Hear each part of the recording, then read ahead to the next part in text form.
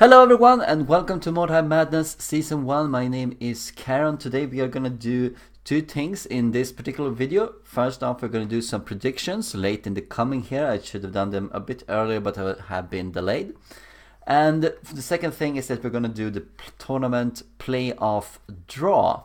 I was intent on keeping the draw that we had, but with the tournament reorganization it has been shuffled around a bit, and instead of manually putting players against players which could cause bias, I thought that this would be a good opportunity to just randomly draw up the players. Let's go to the scene here. We can see that Slainmore has replaced Molkier, and we have already had quite a few games in the group stages as this recording is made. First off though, I think we should talk about mechanical power, as I think that influences the predictions and matchups that we'll see quite a bit. When I say maximized warbands for the rest of this video, what I mean are warbands that have all Wordstone factions at reputation level 5, all enchantments are available, or runes, all characters are level 10 with purple items having purple enchantments on them, and each character have a tome, a grimoire, and a book used on them, or if they are a spellcaster, also a tome of magic used on them. That's the most amount of mechanical power that you can get. And warbands that do have this on every single character are at a tremendous advantage compared to warbands that do not. I've argued this before, that if a player can get access to a maximized warband and formulate a decent plan, they would do relatively well in tournaments like Mordheim Madness. That was the very idea behind the warband files, a link in the description, and to ease this process, and this is the first tournament that has them available to us. Let's start out here by highlighting the players that enter this tournament with maximized warbands, as best to my knowledge. There we go. So you can see that there is roughly half of them, and one of these players is bound to win. In the past, the tournament winner has always had a maximized warband for these level 10 tournaments.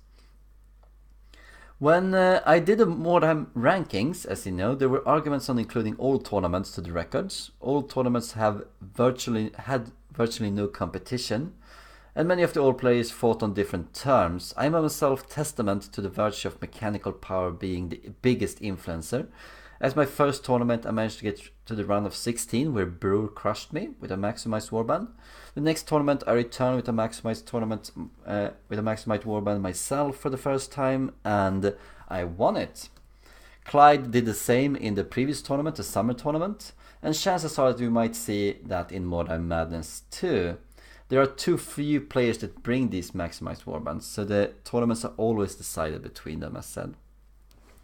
Anyway, I think that we still have some favorites from the old tournaments, and these would be these two, Slavier and Talon. I think that they are the tournament favorites, but they are in no way unbeatable. Yes, they do have plenty of wins between them in PvP, and ranking wise they are the best players of the old tournaments. However, a big part of their success has come from facing players lacking maximized warbands, and plenty of games this tournament that will also remain true until we get to the playoffs. It's up to the newcomers here to pose a challenge, and since we started getting more competition, neither of them have actually won a tournament, and Slaver has never won a tournament. When it comes to Talon, he really needs to live up to his word. He has exclusively played mercenaries in the past, but with the warband files he got a chance to try something else without the grind. He stuck his neck out and said, contrary to popular opinion, that the best warband wasn't the mercenaries, but the cult and the Skaven. And so we see Talon trying his hand with the Skaven for the first time, and that will be fun to watch, no doubt. Slaver meanwhile enters with the undead. Ever the player to change warbands, he did well with the witch hunters and the cult, and are trying out the undead. In a practice game before the tournament, he crushed Killing Paw 10-2, ending his winning streak, or something like that, a game which I saw.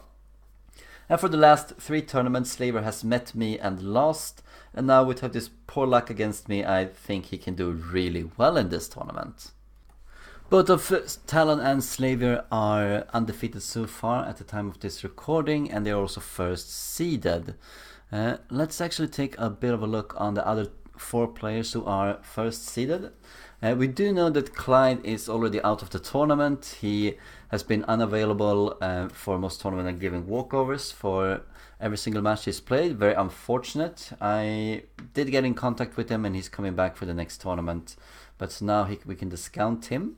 Miniar has lost his first game already in Group C, but I think he can do pretty well. He has had a lot of habit of getting poor deployments that screw him over, and he did so again against Hole Poker. So we'll see what he can do if he manages to get to the playoffs. He needs to first off beat Cart, I believe, and from there on take on the loser between Quist and Hole Poker. But Miniar is always dangerous, and we'll see what he can do. He knows his warband well enough. Marcus Kane, still undefeated. He's bound to win the Group D here. And what I find so interesting with Marcus Kane is that among all of the players who have entered with non-maximized warbands, Marcus Kane have reached the furthest out of any player throughout Mordheim City of the Damned history. He came to the final in the World Mordheim tournament where he lost against Karond, but he did so with an undead warband that was not maximized, and in the last tournament he ended up being defeated in the quarterfinal, I believe, by Clyde, who also went on to win the tournament, and even then he didn't have a maximized warband, and now he comes back getting a maximized war for the first time, switching sides, going with the Skaven. I probably have a pretty good PvP idea already, and I'm longing to see what he can do. 485 is in the same spot. One of the Perma-League players like Marcus Kane doesn't enter with a maximized warband this time, but is still a pretty decent player. He did beat Slaver in the last tournament. Probably a bit due to the map, but he still performed well. Went out against Talon, and we will see what he can do. He's also playing for the top spot of Group A in this tournament. We'll see what he can do with his mercenaries. He does tend to favor ranged a bit, but he has a solid way of strategy. As for the other players, so we have here the second seeds of this tournament, and unfortunately Jackal is about to bound out no matter how it turns out against Slaver. Very big disappointment. But for the other players, I really like all of the other 5 here. Crowley, Kid and Paul, Hole Poker, Quist and Udava. And I like them because they have all been part of previous tournaments. They've all been beaten quite soundly, and then they come back and with a yearning for more and just trying to improve and trying to make a name for themselves. And I just love that competitive spirit all of them have. Crowley and Quist have been begging for PvP games and practice games before the tournament for a long while, and I know that they come back with pretty good warbands, both of them, hoping to do well. Udava, who has always been playing a PvE warband, always doing sort of poorly, has come back with a warband that he calls Invincible and has some really neat ideas. We saw that against Daddy Cool, and I think that he could also do pretty well for himself. And then we have the 2 sisters players here, Kirenpa and Hole Poker, and I want to put an extra eye out for these 2. I think they can be dark horses to win the tournament. They are really dangerous, both of these players, and they have really dangerous warbands. And right now they are both playing for the top position in the respective group, and they are going towards the winner's bracket if they manage to pull that off. Kid and Pa is facing Slaver, Hole Poker is facing Quist. We'll see how that turns out for both of them, but watch on out for those 2. I think they can do really well and end up almost all the way up to the semi-final, maybe all the way up to the final. One of them could even win the tournament. I doubt anyone else actually might win the tournament, so that's why I say that. Let's take a look a little bit at all of the other players that we do know something about, which would be the 3rd seeds. These players are newcomers to the tournament. Well, not Slainmore, but he did replace a newcomer to the tournament. The Rodfather is not also This was not a new player, but he did lose all of his games in the previous tournament that he played, which was the Mordheim World Tournament 2 tournaments ago. So far, we picked up that Jojo's is already out of the tournament. A bit of a disappointment. He did get, since he accidentally had this bug where you overwrite your warband, he didn't have a warband to start with, so he got my Chaos warband to play with, and it became very much apparent that he's struggling with the timer and struggling with just PvP and doing things in general. I think he needs to brush up a bit more to become competitive. It's a testament that yes, just having a maximized warband or even a really good warband does not automatically win you games. You do still have to manage to click the attack button and cast a spell every now and then. Valentine is also entering with a maximized warband. As we said earlier, he got an undead warband file from Slavier. So he has a lot of mechanical power there, could do pretty well for himself, we might see.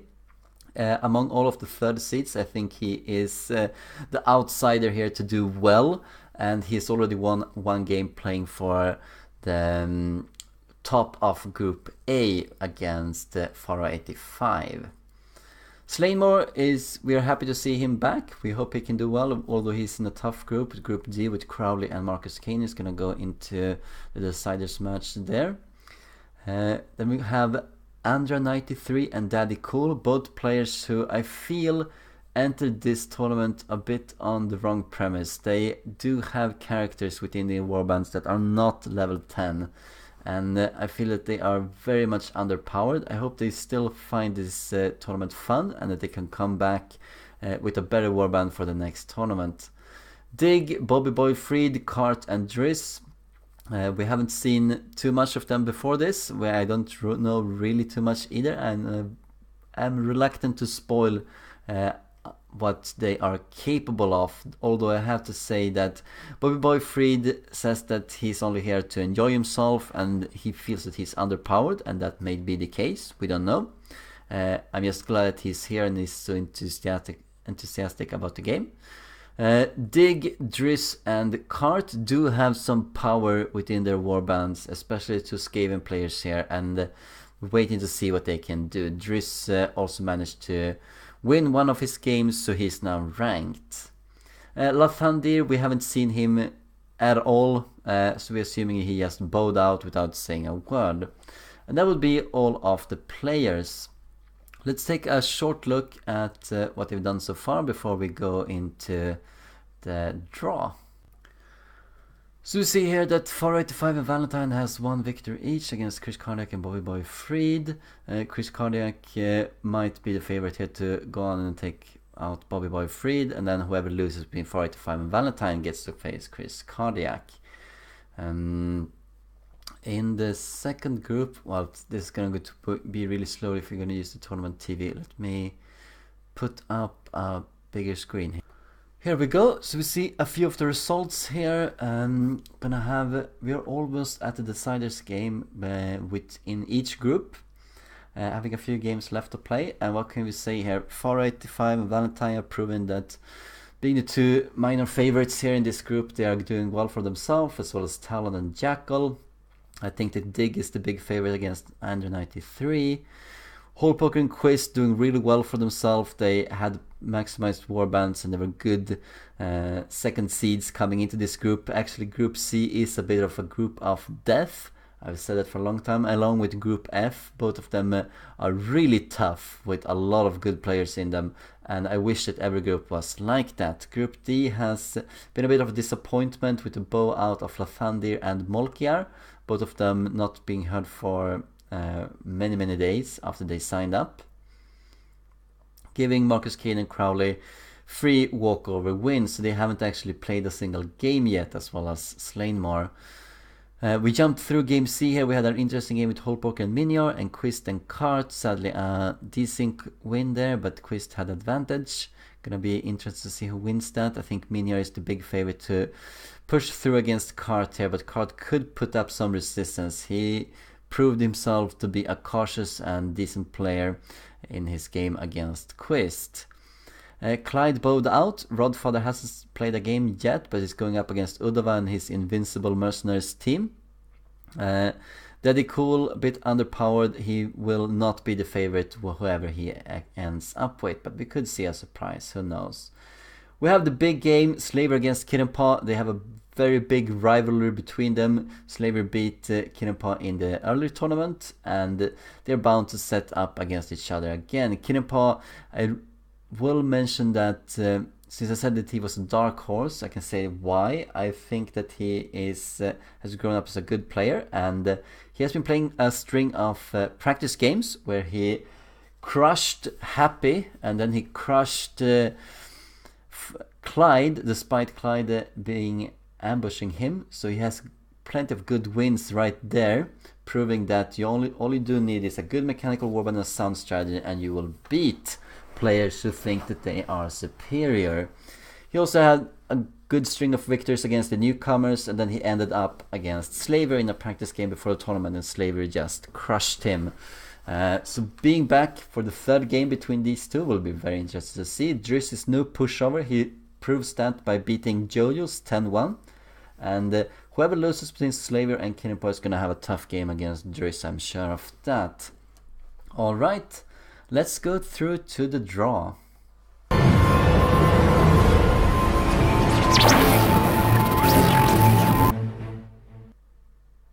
So here we are with the playoffs, and we see the winner's bracket and the loser's bracket and the various positions. We have already drawn before that A2 and E2 are going to get a pass up into the winner's bracket.